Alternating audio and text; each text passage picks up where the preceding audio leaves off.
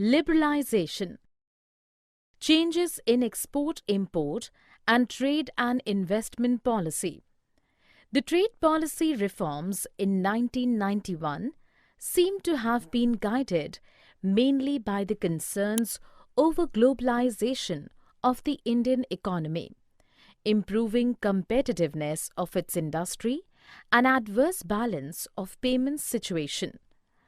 A first-generation reforms in 1991 aimed at to liberalize trade by reducing the import tariffs, eliminating the quantitative restrictions, which resulting in yearly growth rates of around 7%, compared with 3% before the reforms. The main features of trade policies or reforms are 1. Free imports and exports, 2. Rationalization of tariff structure, 3.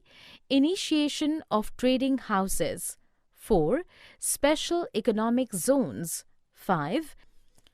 Export-oriented units and other agricultural export zones, 6. Market access initiatives, 7. Focus on service exports, and 8. Concessions and exemptions. Deregulation of industrial sector. The deregulation is the reduction or elimination of government power in a particular industry, usually enacted to create more competition within the industry. The government in India announced a new industrial policy on 24th July 1991, which sought substantially to deregulate industry so as to promote growth of a more efficient and competitive industrial economy.